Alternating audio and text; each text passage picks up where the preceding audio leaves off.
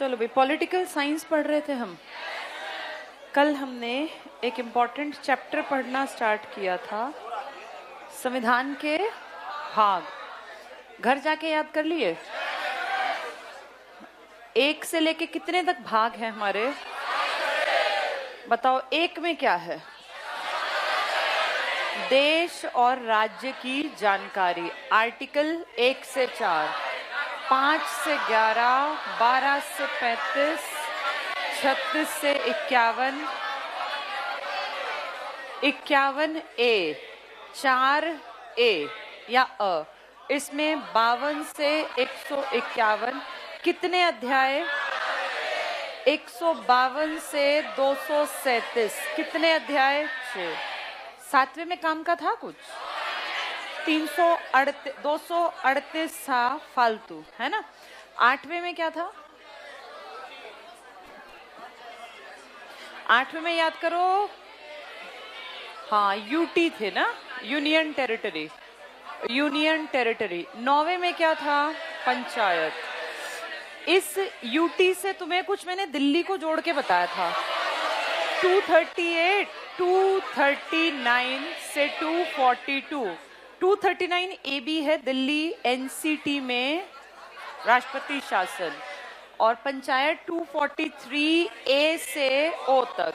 फिर इसका पंचायत का 9वां ए, फिर 9वां बी, ऐसे पढ़े थे ना हमने थोड़े बहुत। 10 में किसी काम का नहीं था, SC ST 244 वगैरह इसमें थे। फिर 11वें में किसका? यूटी और संघ या इसका राज्य का, राज्य के आपसी संबंध। 12 याद करो, 3 के पास चला गया था 300 ए, जिसमें वित्त कैसा, संपत्ति किसमें, कैसा अधिकार बना दिया था? कानूनी। आर्टिकल 300 ए। 12 तक ये हो गया। 13, 14 बिल्कुल फालतू के थे हमारे लिए, हमने पढ़े ही नहीं थे। 13, 14, 15 बहुत इंपॉर्टेंट, 16 काम का नहीं था, 17 वेरी इंपॉर्टेंट, 18 भी इंपॉर्टेंट, 19 नहीं काम का, 20, 21 और 22 ये मिसलेनियस थे। बहुत सारी बातें इनमें छुटपुट छुटपुट, कोई इंपॉर्टेंट चीज नहीं थी। 20 में क्या था? संविधान का संशोधन। आर्टिकल याद होगा ना, 368 साउथ अफ्रीका। 15 में थे चुनाव, आर्टिकल 324। 17 में थी राजभाषा, 343 से 351, और ये था 352 से 360। सबको समझ में आ गए थे ये? 5वें के 5 भाग याद हैं? कौन कौन सा आर्टिकल 5वें में आएगा? 5वें को अगर हम 52 से पढ़ना स्टार्ट करें, भाग 5, 52 से 78, 79, 123, 124, 148। ये 78 तक में क्या था सारा? इसमें है राष्ट्रपति, उपराष्ट्रपति, मंत्री परिषद, PM। इसमें क्या था? लोकसभा, राज्यसभा, बिल, विधेयक, कैसे वो बन जाते हैं? कानून। इसमें धन, वित्त, सब। इसमें अध्यादेश, इसमें सुप्रीम कोर्ट और कैग। Very good. जो लोग कल आए थे उनको सबको याद है, बहुत अच्छी बात है। अब आगे बढ़ेंगे, आज का टॉपिक बहुत इंपॉर्टेंट पढ़ेंगे। ये बुक जिस दिन पूरी हो जाएगी ना पॉलिटिकल में, फिर नंबर कटने बंद हो जाएंगे। अगर कहीं से थोड़ा बहुत भी नंबर कटते हैं तो खत्म हो जाएंगे। पेज 38 पे आ जाओ। कंप्लीट था ये? अच्छा, इसमें मैंने पौंडीचेरी का 51 आर्टिकल, यूनियन टेरिटरी का एक्ट लिखवा दिया था, ठीक है। पेज 39 पे आ जाओ। अनुसूचियां। अब मुझे बताओ, अनुसूचियां स्टार्टिंग से थी या बाद में आई? स्टार्टिंग से थी, कुछ बाद में आई, है ना। हाँ, अब बिल्कुल चुपचाप रहना, तुम्हें आती हैं तो बहुत अच्छी बात है, फिर भी बहुत कुछ देखना नया निकलेगा। जैसे अनुसूचियों में क्या शपथ दी हुई है? दी है ना। हाँ, ये हमने पढ़ा है। मुझे बताओ, उपराज्यपाल की सैलरी कितनी होती है? उपराज्यपाल बोला मैंने, राज्यपाल नहीं बोला। हाँ, राज्यपाल की तो मैंने बता रखी है, उपराज्यपाल की बताओ तुम। नहीं आती ना। इससे ये दिखता है कि तुमने खुद तो कुछ पढ़ा नहीं। कितनी? मैंने कहा LG, लेफ्टिनेंट गवर्नर, गवर्नर नहीं बोला। ऐसे अंदाजे नहीं मारने। चलो अब सामने देखो बोर्ड पर। जब तुम्हारा ये संविधान स्टार्ट हुआ ना, तो इसका एक हिस्सा था प्रस्तावना, एक इसमें थे अनुच्छेद, और ये अनुच्छेद डिवाइडेड थे किसमें? भाग में, जो हमने कल पढ़ा था। इसके अलावा इसमें थी अनुसूचियां। ये प्रस्तावना स्टार्टिंग में भाग नहीं मानी गई। 1973 में सुप्रीम कोर्ट ने माना कि ये संविधान का भाग है, नंबर नहीं दे रखा। अनुसूचियां स्टार्टिंग में 8 थी, 4 नई आई तो कितनी बन गई? 12। अब 4 आने का मतलब प्लस प्लस प्लस के निशान, तो अमेंडमेंट का नंबर और सन। हम सारों की बात करेंगे। सबसे पहले टॉपिक यही है ना आज का, ठीक है? जैसे किताब में है ना टॉपिक, ऐसे ही पढ़ेंगे। सबसे पहले है प्रथम अनुसूची। इसमें क्या है तुम सब जानते हो, क्या है इसमें बताना? दूसरी में क्या मिलेगा? मैं इससे ही नंबर को मान ले। पहली अनुसूची में है आपके देश की और राज्य की और यूटी की जानकारी। दूसरे में है सारे का सारा पैसा। पैसा कितना वेतन मिलेगा किसको? अभी मैंने एक जिक्र किया, अब समझना इस चीज को। राष्ट्रपति का वेतन होगा, उपराष्ट्रपति का होगा, राज्यपाल का वेतन होगा। क्या इसमें पीएम और सीएम के वेतन होंगे? क्या एमपी का वेतन होगा? एमपी का वेतन, हाँ। अभी तुम नहीं भूलोगे बाद में कि किसका है वेतन किसका नहीं। एक है सीजेआई, सुप्रीम कोर्ट के सीजेआई प्लस अदर, सबका वेतन होगा कि नहीं होगा?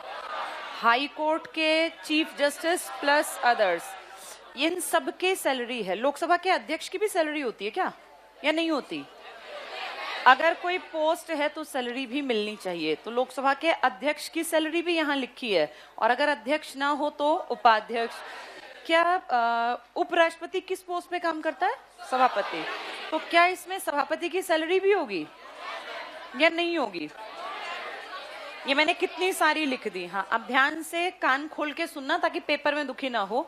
इनकी सैलरी नहीं गिवन, नहीं दी गई। इसकी सबकी सैलरी दी गई है, इनकी सैलरी नहीं दी गई।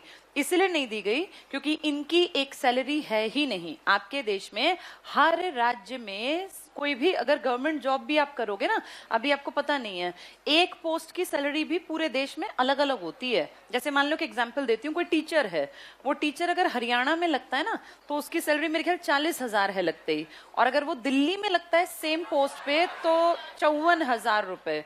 ये बहुत ज्यादा अंतर है।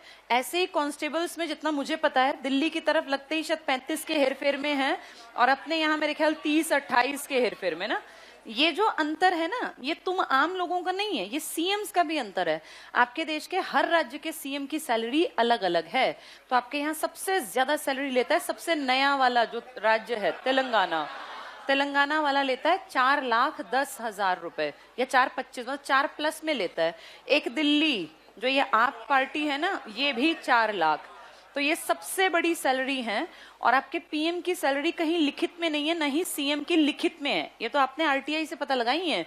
और आपके देश का जो पीएम है, जो सबसे ज्यादा ताकतवर आदमी है, लिखित में कहते हैं 1,60,000 प्लस अदर अलाउंसेस इसको मिलते हैं, तो 2 लाख के आसपास कमाता है। बहुत कम ही कमाता है, ज्यादा तो कमाता नहीं बेचारा। लेकिन इस पोस्ट की वैल्यू इतनी है कि तुम खुद सोच लो कि क्या कुछ ये कमाता होगा। ये दिखावटी है 1,60 लिखना, मतलब जो कागजों में इसको मिलते हैं उसके ऊपर तो फिर इनका पता ही नहीं है कि करोड़ों में अरबों में कितने रुपए कमाते हैं। हाँ जी, नहीं 2 की क्यों देंगे? फिर तो हम वैसे देश पहले ही कंगाल है और कंगला हो जाएगा।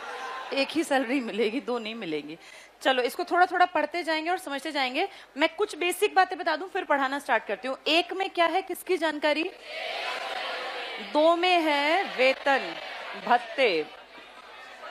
3 अनुसूची में है शपथ। अब थोड़ा सा ध्यान से सुनना, शपथ 3 तरह की होती है। एक होती है कोई भी आदमी जो उम्मीदवार है, मान लीजिए मुझे एमपी के लिए उम्मीदवारी के लिए खड़े होना है, बस उसमें आप बनना नहीं बनना मैटर नहीं करता। उम्मीदवार को भी एक पर्चा सा देते हैं, भाई इसको पढ़ के ऐसे ऐसे मैं इस पोस्ट पे ये काम के लिए चाहता हूँ और मैं किसी भी तरह का इलीगल तरीके से इस्तेमाल नहीं करूंगा पावर का। ये हर किसी को पढ़ना पड़ेगा जिसने कि अपना, भाई मैं मेंबरशिप के लिए आवेदन कर रहा हूँ। उसमें से कुछ लोग जीत के क्या बनेंगे, सांसद कह लो, या अगर अपने लोकल लेवल पे है तो विधायक। सांसद और विधायक में से सब मंत्री नहीं बनते, बहुत सारी हारी पार्टी भी तो सांसद बना लेती है। इनमें से कुछ सिलेक्टेड लोग मंत्री बनते हैं। ये 3 शपथ हो गई, उम्मीदवारी की, फिर मेंबर की और फिर मंत्री की। ये जो मंत्री है ना, ये शपथ लेता है दो बातों की। एक तो ये अपने पद की शपथ लेगा, भाई मैं फला, मेरे पिताजी का ये नाम और मैं इस पद पर, मैं इसके लिए मैं एलिजिबल हूं, मैं ये काम करूंगा। एक इसकी शपथ होती है गोपनीयता की। ये क्या भला है गोपनीयता? गोपनीयता का मतलब इसको देश के बारे में बहुत सारी इंपॉर्टेंट बातें पता हैं, जो अगर इसने लीक कर दी तो देश का बंटाधार हो जाएगा। इसलिए इसको शपथ दिलाते हैं, भाई तू ये पढ़, ये 4 लाइन। इसमें लिखा होता है कि जब तक मेरा डिपार्टमेंट या जिसके अंडर मैं काम कर रहा हूं वो सरकार मुझे परमिशन नहीं देगी, तब तक मैं ये बातें किसी को बाहर नहीं बताऊंगा। अब मान लो बजट के ऊपर बहुत बड़ा मुद्दा होता है बजट, कोई पहले ही बना के और वित्त मंत्री 4 लोगों को बताया, यार बजट देखो ये तुम्हारे पास पहले ही सेंड कर देता हूँ, या इस तरह की बातें, तो ये सब चीजें इलीगल हैं। इसलिए कौन सी चीज शपथ दिलाते हैं? गोपनीयता। पद की शपथ भी होती है, गोपनीयता की शपथ भी होती है। एक आदमी 3 तरह की शपथ ले सकता है, उम्मीदवारी की, सांसद की और मंत्री की। पहली शपथ जब वो इलेक्शन में खड़ा होगा तो उम्मीदवार, फिर वो जीत के आएगा तो कोई एक, और फिर मंत्री। और मंत्री की 2 शपथ होती हैं, एक पद की और एक, क्लियर हो गया सबको? ये सब कहाँ लिखा है? तीसरी अनुसूची में। तीसरी अनुसूची में तो 2 नंबर में पैसा था, वेतन था, 3 में शपथ। चौथी अनुसूची में राज्यसभा में आपके राज्य के कितने मेंबर्स सिलेक्टेड होंगे, ये लिस्ट तुम्हें आगे मैं पढ़ाऊंगी भी, वैसे मैंने पढ़ा भी रखी है। 80, 31, 40, 16, 42, 16 है ना, 2, 9, 11, ये सब लिखा हुआ है। कितने मेंबर किस स्टेट के आएंगे। लोकसभा के मेंबर नहीं लिखे, किसकी सीट्स लिखी हुई हैं? राज्यसभा की। कहाँ लिखी हैं? यानी पहले में देश की जानकारी, 2 नंबर में पैसा, तीसरे में शपथ, चौथे में राज्यसभा की मेंबरशिप। इसके बाद छठा, हाँ पांचवा और छठा। अब ध्यान से सुनो, तुम्हारे देश में जब तुम्हारा देश आजाद हुआ ना, तो एक बहुत बड़ी दिक्कत थी एससी और एसटी, इनके साथ कैसा व्यवहार करेंगे, क्या आरक्षण चलेगा, क्या नौकरियों में मान्यता कम मार्क्स पे मिलेगी, ये अंधकारमय था। और अभी हम पढ़ के आए कि भाग 10 में भी इनसे जुड़ा हुआ कुछ सा पढ़ा ना हमने। इसका मतलब इनसे जुड़ी अनुसूची भी आएगी, आर्टिकल भी आएंगे और भाग भी आएगा, जो हम पढ़ने जा रहे हैं। इसमें कहा गया पूरे देश के एससी एसटी का जो क्षेत्र है, इसका प्रशासन कैसे चलेगा, इन लोगों को वोटिंग का अधिकार होगा कि नहीं होगा, एडमिनिस्ट्रेशन में इनकी क्या पावर्स होंगी, सब लिख दिया। लेकिन इसमें 4 इलाकों का नाम नहीं लिया। ये 4 इलाके थे AMTM। ए का मतलब असम, टी का मतलब त्रिपुरा, और 2 M हैं, एक मेघ और एक जोर, यानी मेघालय और मिजोरम। ये 2, मेघ और जोर, इन दोनों के बारे में MM और असम और त्रिपुरा, इन 4 को अलग से नोटिफाई किया गया और एक अनुसूची बनाई गई। कौन से वाली?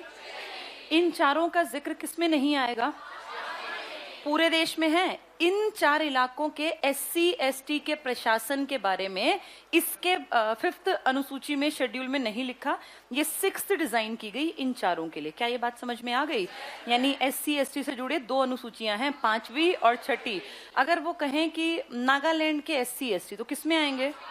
5 में। मध्य प्रदेश के SC ST बस 4 के याद रखना, AMTM। ये M दुखी करेगा पेपर में, मेघ जोर इनके, कहीं वहां मणिपुर कराए आधे लोग, मणिपुर नहीं है, भाषाओं में मणिपुर आएगा। तो मेघ जोर इनके SC ST की जानकारी 6ठी में है, बाकी 5वीं में है इन सब की जानकारी। क्या ये समझ में आ गया? पहले इतने ही पढ़ते हैं, 7वीं बहुत इंपॉर्टेंट है, उसको बाद में पढ़ेंगे। पेज नंबर 39 पे आ जाओ। 39 स्टार्ट करना है ना हमें। पहली अनुसूची, अनुच्छेद 1 से 4, 1 और 4, राज्य और संघ राज्य क्षेत्र का वर्णन। क्या ये 1 और 4 कहीं और भी आए थे? भाग 1 में भी सेम बात आई थी, भाग 1 में भी। ये इसके ऊपर लिख लो, भाग 1 में भी। चलो तुम लोगों के पास अभी हमारे पास पढ़ने का टाइम है, मैं तुम्हें एक आइडिया देती हूँ। देखो ये बहुत छोटा सा वर्जन है, ये कोई ऐसा नहीं कि संविधान है, लेकिन एक जो नॉर्मल एवरेज सा आदमी है जिसको संविधान समझना भर है, उसके लिए किताब बहुत अच्छी है। एक बच्चे ने गिफ्ट की थी। इस संविधान की किताब में ना स्टार्टिंग जब खोलते हैं तो सबसे पहला जो पेज, जैसे इसमें तो ये दिखाया हुआ है, ये प्रस्तावना, ये जो पहले पेज पे दिख रही है थोड़ी कलरफुल गोल्डन टाइप में, ये प्रस्तावना है। फिर यहाँ देखो साइन स्टार्ट हो जाते हैं। ओरिजिनल भी ऐसा ही है जैसे छोटा दिखा रही हूँ, तुम्हें समझने की जरूरत है, सुन लो। यहाँ पे साइन स्टार्ट हो गए और ये साइन के कई पेजेस भरे। इसमें सिर्फ इसलिए इतने कम दिखाए क्योंकि जिसने ये लिखी है किताब उन लोगों को अंबेडकर को थोड़ा सा प्रमोट करना था कि भाई अंबेडकर ने क्या किया, तो इसलिए इसमें कम पेजेस दिखाए गए। प्रस्तावना के बाद साइन वाला पेज आते हैं। उसके बाद कुछ यहाँ पे इंपॉर्टेंट, जैसे भाई साइन करते हुए नेहरू हैं, अंबेडकर हैं, या अपने ये थे ना राजेंद्र प्रसाद वगैरह। इसके बाद इसमें स्टार्ट होता है कुछ बेसिक सी चीजें, मैं तुम्हें पढ़ के बताती हूँ ताकि तुम्हें समझ में आ जाए। इसकी स्टार्टिंग जो है ना यहाँ से है, यहाँ से माने तो सबसे पहले पेज पे पहली लाइन लिखी है प्रस्तावना। इसका मतलब किताब खोलते ही क्या मिलेगी? प्रस्तावना। उसके बाद इसमें लिखे हैं भाग, जिसमें कि संघ और उसका राज्य क्षेत्र, नागरिकता, मूलभूत अधिकार, क्या ये हमने कल पढ़े थे? यही है। राज्य का नीति निर्देशक तत्व, फिर मूलभूत कर्तव्य, संघ, राज्य, पहली अनुसूची, ये सारी चीजें जैसी मैंने कल पढ़ाई थी। फिर ये जहां एंड होता है ना 22वां, उसके नीचे लिखा है अनुसूचियां, यानी कल जो हमने पढ़ा उसके बाद क्या पढ़ना है आज? अनुसूचियां। अब ये अनुसूचियां कितनी हैं? 12। मैं तुम्हें इसमें भी एक आइडिया देती हूँ ताकि तुम्हें थोड़ा बहुत समझ बन जाए। ये देखो, इसमें अनुसूचियां यहां से स्टार्ट होती हैं। ये देखो यहां से, इस पेज से अनुसूचियां स्टार्ट हो गई। अनुसूचियों में मैंने सिर्फ एक लाइन में लिख दिया देश का क्षेत्र, राज्य क्षेत्र। ये जो पहला पेज है ना, ये पहली अनुसूची है। आंध्र प्रदेश लिख के पूरा एक्सप्लेन किया, कितने से कितनी सीमा, कब बना, इससे पहले क्या था, इसकी क्या राजधानी। फिर ऐसे असम लिख के सारा एक्सप्लेन किया। जैसे मैंने तो सिर्फ शॉर्ट में बताया भाई संघ और राज्य क्षेत्र, ये एक पेज पे एक राज्य को एक्सप्लेन कर रहे हैं। और ऐसा करते करते सब पहली अनुसूची है इस किताब के सारे, जैसे पश्चिम बंगाल, पंजाब, राजस्थान, यूपी, हर एक की हर चीज, हर की टेरिटरी बताई, भाई इतना एरिया, इतना उस टाइम पे इतना हिस्सा था। ऐसे करते करते इन्होंने यूटी तक, चंडीगढ़ तक एक्सप्लेन किया। तो अब ये समझ में आ रही है बात? ये एक लाइन में नहीं लिखा, इन्होंने पूरा एक्सप्लेन किया है हर एक की, हर एक टेरिटरी को, कितनी किलोमीटर कितना क्या पड़ता है।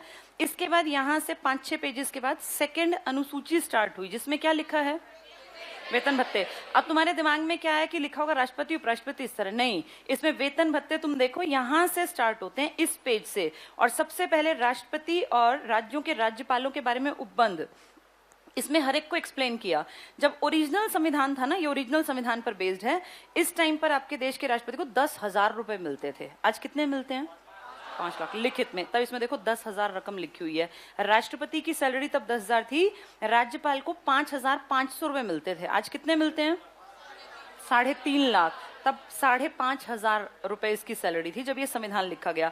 ऐसे इसमें मैं बता देती हूँ, लोकसभा के अध्यक्ष लिखा है, उपाध्यक्ष, राज्यसभा के सभापति, उपसभापति, विधानसभा के अध्यक्ष, उपाध्यक्ष, परिषद के सभापति, उपसभापति, उच्चतम न्यायालय और उच्च न्यायालय के जजेस। देखो कितनी सारी बातें। उस टाइम जजेस की सैलरी भी 3,000, 5,000 इसमें थी। सबसे बड़ी सैलरी 10,000 रुपए राष्ट्रपति को मिलते थे। और सबसे लास्ट में इसमें लिखा है भारत के नियंत्रक महालेखा परीक्षक, भाग 5 में बताया था ना क्या, आर्टिकल 148। उस टाइम पर उसकी सैलरी देखो लिखा है 4,000 रुपए प्रति मास की दर से वेतन का संदाय किया जाएगा। यानी कैग की उस टाइम सैलरी कितनी थी?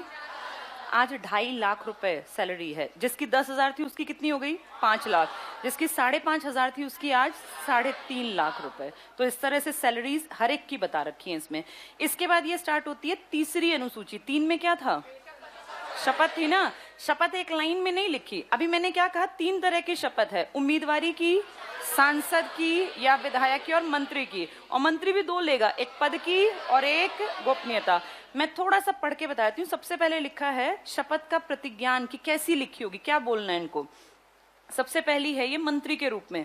पहले मैं कैंडिडेट की बता देती हूँ। संसद के लिए निर्वाचन के लिए अभ्यर्थी जो कैंडिडेट उठा है, चाहे वो हार जाए, वो क्या पढ़ेगा? पहले मैं अमुक, अमुक मतलब नाम जो भी है, मैं अमुक जो राज्यसभा में या लोकसभा में स्थान भरने के लिए अभ्यर्थी के रूप में नाम निर्देशित हुआ हूं, ईश्वर की शपथ लेता हूं कि मैं विधि द्वारा स्थापित भारत के संविधान के प्रति सच्ची श्रद्धा और निष्ठा रखूंगा और भारत की प्रभुता और अखंडता को अक्षुण्ण रखूंगा। कुछ नहीं बोला। क्या बोला? मैं शपथ लेता हूं कि मैं क्या करूंगा? एकता और अखंडता को बनाए रखूंगा। बस इतनी शपथ है। इसके बाद ये क्या बनेगा? उम्मीदवार, सांसद। फिर वो पढ़ेगा मैं अमुक, अपने पिताजी का अपना नाम लेके, जो लोकसभा का सदस्य निर्वाचित हुआ हूं। अभी क्या कह रहा था? अभ्यर्थी हूं। अभी कह रहा था मैं अभ्यर्थी हूं, अब कह रहा है मैं इसके लिए निर्वाचित हुआ हूं। ईश्वर की शपथ लेता हूं कि मैं विधि द्वारा स्थापित भारत के संविधान के प्रति सच्ची श्रद्धा और निष्ठा रखूंगा, भारत की प्रभुता अखंडता अक्षुण्ण रखूंगा और इस पद को ग्रहण करने के बाद कर्तव्यों का श्रद्धा पूर्वक निर्वहन करूंगा। क्या ऊपर श्रद्धा पूर्वक निर्वहन की बात थी? क्योंकि किसी पोस्ट पे ही नहीं था, अब पोस्ट पे है। दोनों शपथ समझ में आ गई। एक शपथ इसमें मंत्री की है, वो भी सुन लो। मैं अमुक नाम लेके विधि द्वारा स्थापित भारत के संविधान के प्रति सच्ची श्रद्धा और निष्ठा रखूंगा। मैं भारत की प्रभुता अखंडता अक्षुण्ण रखूंगा। संघ के मंत्री के रूप में 3 शब्द आए। पहला क्या बोला? पहले बोला मैं अभ्यर्थी हूं, फिर क्या बोला? मैं निर्वाचित हूं। अब क्या कह रहे हैं? मंत्री हूं। मैं संघ के मंत्री के रूप में अपने कर्तव्यों का श्रद्धा पूर्वक शुद्ध अंतःकरण से निर्वहन करूंगा। मैं भय या पक्षपात, अनुराग या द्वेष के बिना सभी प्रकार के लोगों के प्रति संविधान और विधि के अनुसार न्याय करूंगा। अब ये किसकी बात करने लग गया? न्याय करूंगा, क्योंकि इसको पावर मिल गई। क्या बन गया ये? क्या तीनों पद एक जैसी शपथ है या अलग अलग? पहला क्या बोला? मैं अभ्यर्थी हूं, मैं अक्षुण्ण रखूंगा भाई देश की एकता अखंडता। दूसरा बोला मैं निर्वाचित हूं, मैं देश के अकॉर्डिंग काम करूंगा। तीसरा क्या बोला? मैं पक्षपात नहीं करूंगा, मैं ईर्ष्या द्वेष या इस तरह की, क्योंकि उसके हाथ में पावर दे दिया आपने। इसके बाद ये सेम शपथ राज्य के मंत्री भी लेंगे, सब लेंगे, एमएलए मेंबर्स। हाई कोर्ट के जजेस क्या बोलेंगे? मैं अमुक, या सुप्रीम कोर्ट के भी इसी तरह की है, मैं अमुक जो नाम लेके उच्च न्यायालय का मुख्य न्यायाधीश नियुक्त हुआ हूं, ईश्वर की शपथ लेता हूं कि मैं विधि द्वारा स्थापित भारत के संविधान के प्रति सच्ची श्रद्धा और निष्ठा रखूंगा, सम्यक प्रकार से श्रद्धा पूर्वक अपनी पूरी योग्यता, ज्ञान और विवेक। क्या ये 3 शब्द मंत्रियों के लिए आए थे? उनमें न बुद्धि होती, न ज्ञान, न विवेक। इनके लिए आए ये शब्द। ये कह रहे हैं कि हम अपनी पूरी योग्यता, ज्ञान और विवेक से अपने पद के कर्तव्यों का भय, पक्षपात, अनुराग, द्वेष के बिना पालन करेंगे और संविधान और विधियों की मर्यादा बनाए रखूंगा। यानी किसको कह रहे हैं कि विवेक और योग्यता का यूज भी कर लेना? सुप्रीम कोर्ट और हाई कोर्ट। ऐसा किसको नहीं कहा? क्योंकि उनसे एक्सपेक्ट ही नहीं था कि उनमें बुद्धि भी होगी, योग्यता भी होगी, विवेक भी होगा। इनके लिए लिख दिया। ये समझ में आ गया कैसी शपथ होती है? कौन सी अनुसूची में थी ये? तीसरी में। अब देखो इसके बाद आएगी चौथी अनुसूची। चौथी में क्या था? राज्यसभा। देखो यहाँ सीट्स लिखी हुई हैं। उस टाइम ओरिजिनल की सीट क्या सेम रही होंगी? नहीं, ये सीटें ओरिजिनल में कम थी, तब तो राज्य भी कम थे आपके। उसके बाद ये बढ़ती गई, तो ये बहुत लंबा टॉपिक नहीं है, 2 पेजेस पर है बस। यानी ओरिजिनल में हो सकता है एक ही पन्ने पर हो। इसके बाद है 5वीं अनुसूची। किसकी तरफ इशारा था? SC ST। अब ये SC ST एक लाइन में नहीं है। असम के SC STों के लिए, अरुणाचल के, मेघालय के, सबके लिए सेम है या अलग अलग? 4 कौन कौन से अलग निकाले?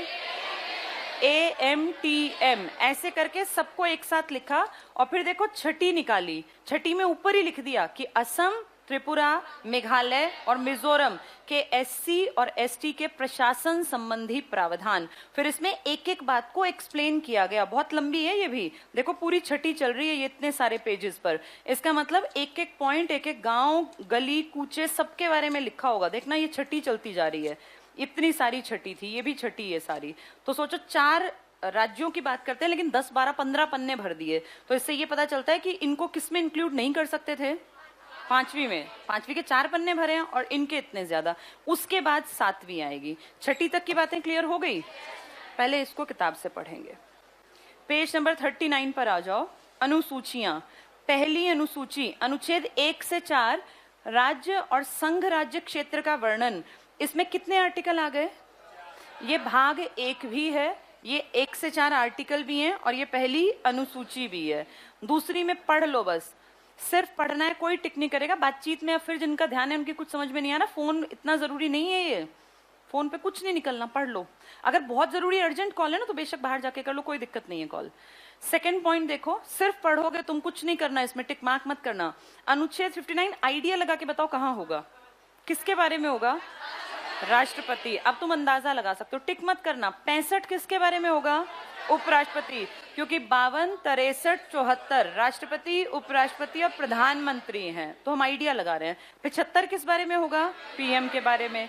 इसके बाद 97, 125 किसके इर्द गिर्द आ गई है? 122 तक में क्या था? Law making process. 125 याद करो, सुप्रीम कोर्ट के बाद वाला, यानी उनकी भी वेतन की बात करेंगे, सिर्फ पढ़ेंगे। 148 में क्या था? कैग। उसकी सैलरी की बात करेंगे 158, 164, 86, ये राज्य के स्तर पे उतर आए, क्योंकि 237 तक किसकी बात करेंगे? राज्य। 152 से 237 राज्य के, तो उसमें गवर्नर आएंगे, उसमें सीएम की एज सच नहीं, लेकिन बाकी विधान परिषद और विधानसभा की।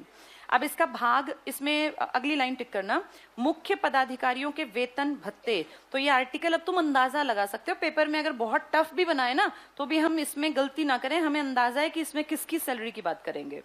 इसके देखो 5 भाग हैं दूसरी अनुसूची के, भाग क टिक कर लो, राष्ट्रपति और राज्यपाल। राष्ट्रपति की सैलरी कितनी है? हाँ, इस पेज पे बहुत सारी जगह है, साफ सुथरा, जहां इंग्लिश में लिखा है ना यहां लिख लो। लिखो राष्ट्रपति 5 लाख, सैलरी का स्लैब लिख लो सबका, मेन राष्ट्रपति 5 लाख, उपराष्ट्रपति 4 लाख, लिखते चलो फटाफट, राष्ट्रपति 5 लाख, उपराष्ट्रपति 4 लाख, एक लाइन में लिखोगे जल्दी याद होंगे।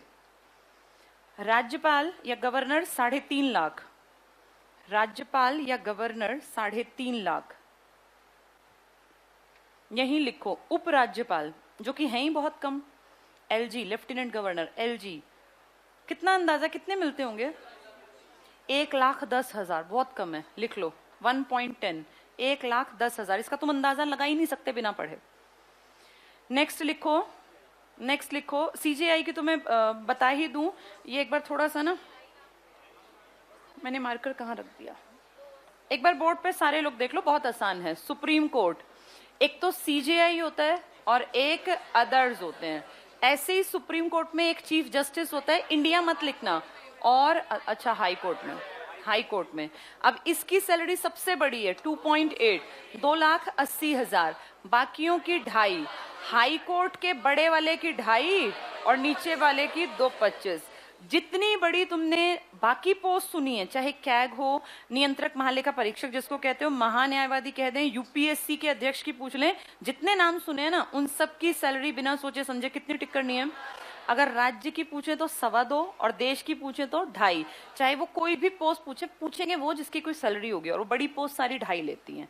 यहाँ लिख लो फटाफट से, तुमने राष्ट्रपति, उपराष्ट्रपति, राज्यपाल, उपराज्यपाल 4 लिख ली ना। इसके बाद लिखो इसमें CJI, chief justice of India, CJI 2.8, 2,80,000, CJI का मतलब सुप्रीम कोर्ट वाला। इसी में लिखो अन्य, सुप्रीम कोर्ट के अन्य 2.5, 2.5 लाख।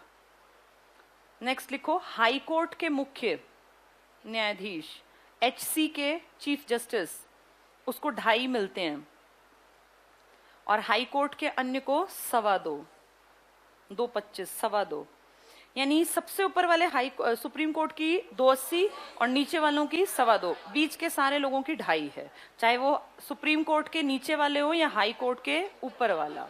ठीक है, 1-2 पॉइंट और लिखो, जल्दी से लिखो। एमपी की सैलरी कितनी होती है किसी भी एमपी की? 1 लाख रुपए, जल्दी लिख लो। मेंबर ऑफ पार्लियामेंट, सांसद की तनख्वाह 1 लाख, सांसद की 1 लाख, ये दी नहीं हुई है, ये हमने बाद में आरटीआई लगा के पता की।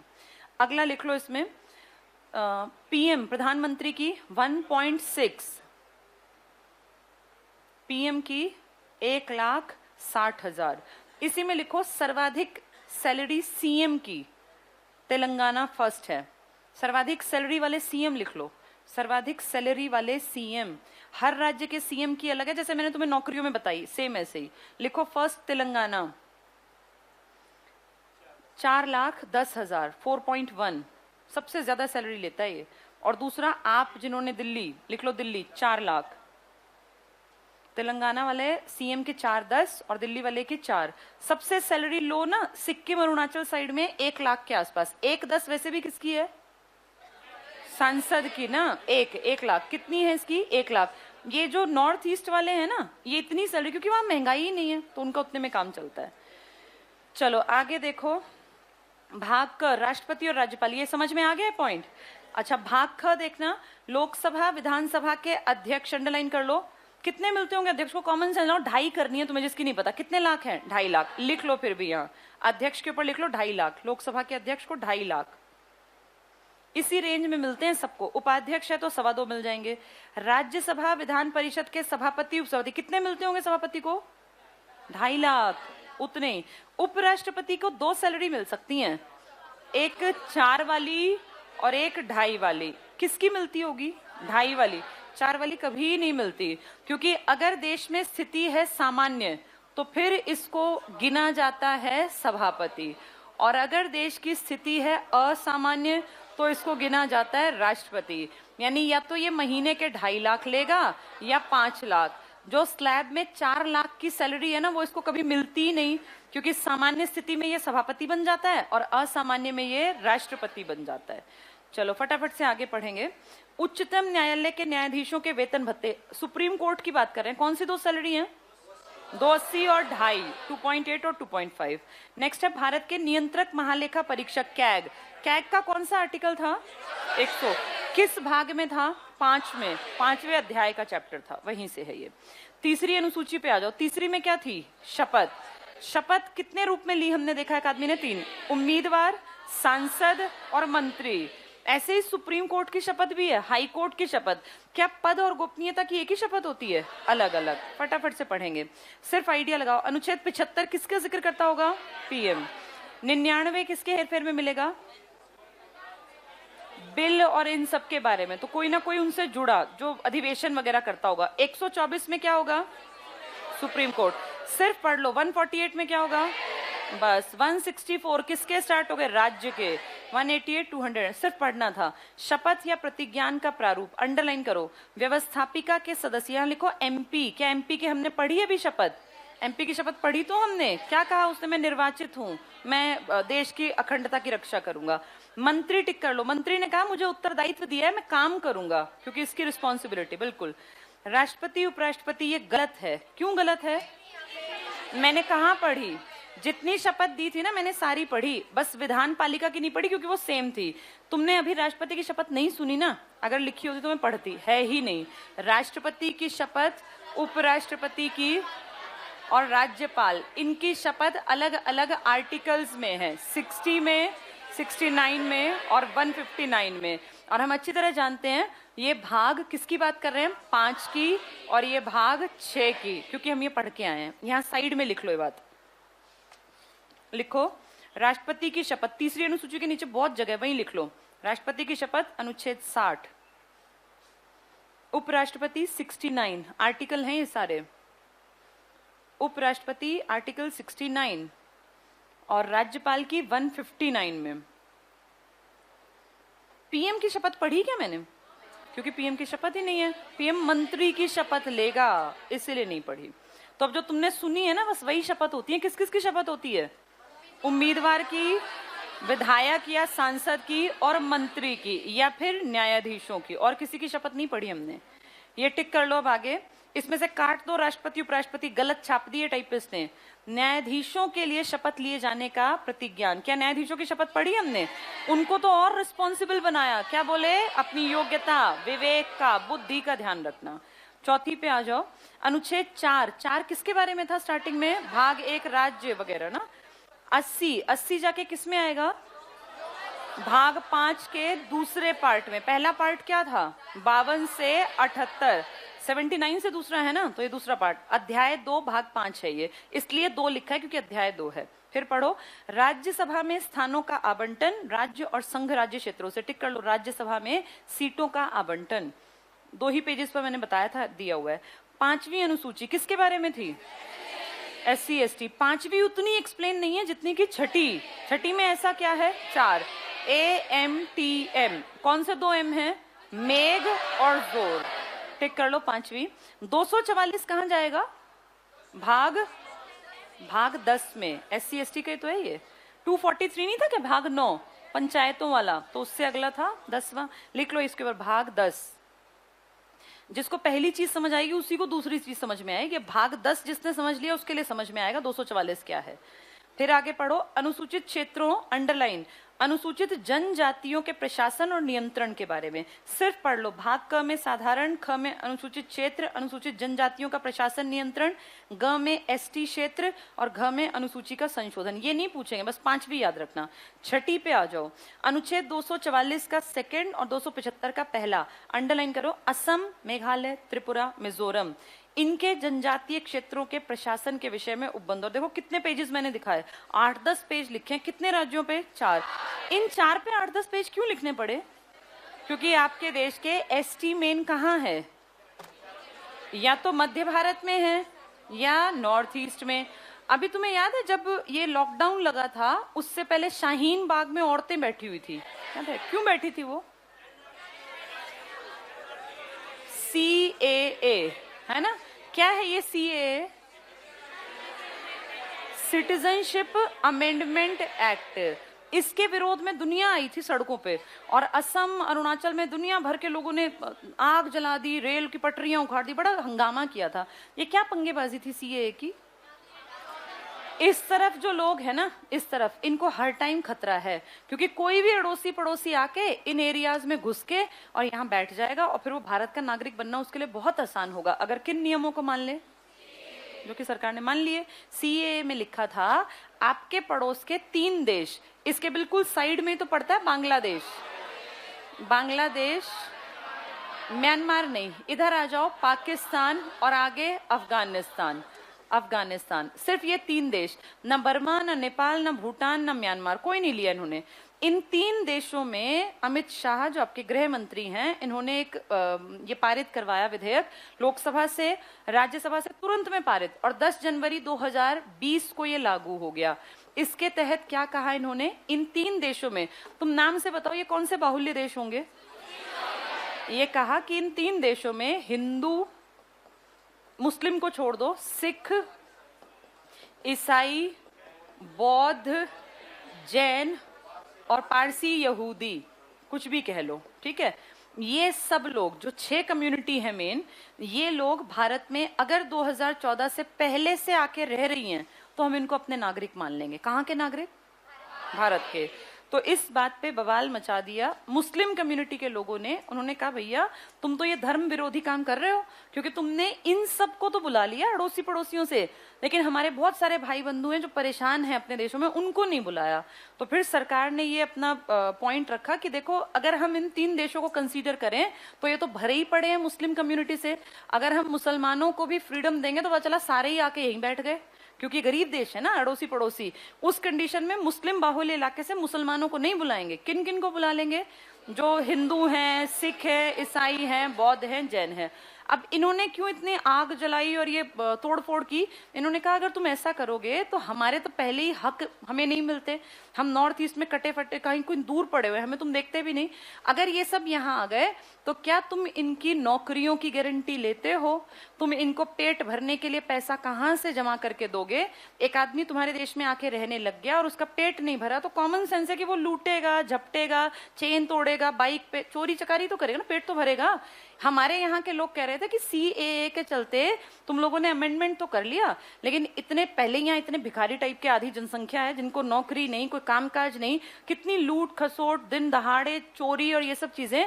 तो जो तुम ये बाहर के लोगों को इन्विटेशन दे रहे हो, इनको कहाँ खिलाओगे, कहाँ से इनकी पानी की पूर्ति करोगे, कहाँ से इनके घर बनाओगे?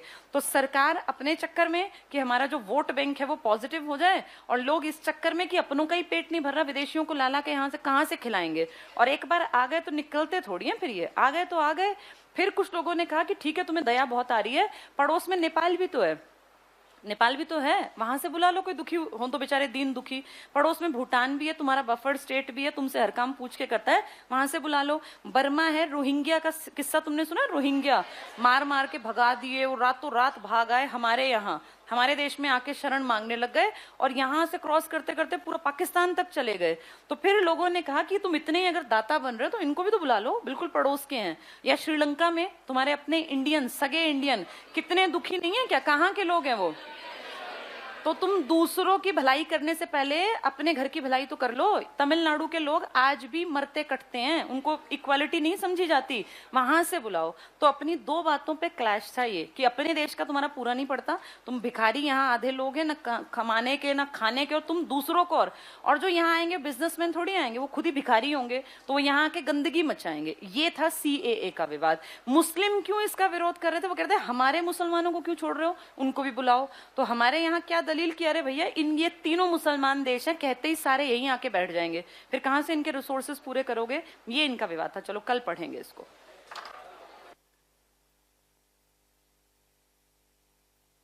क्या सर ने बताया कल छुट्टी है? नहीं बताया?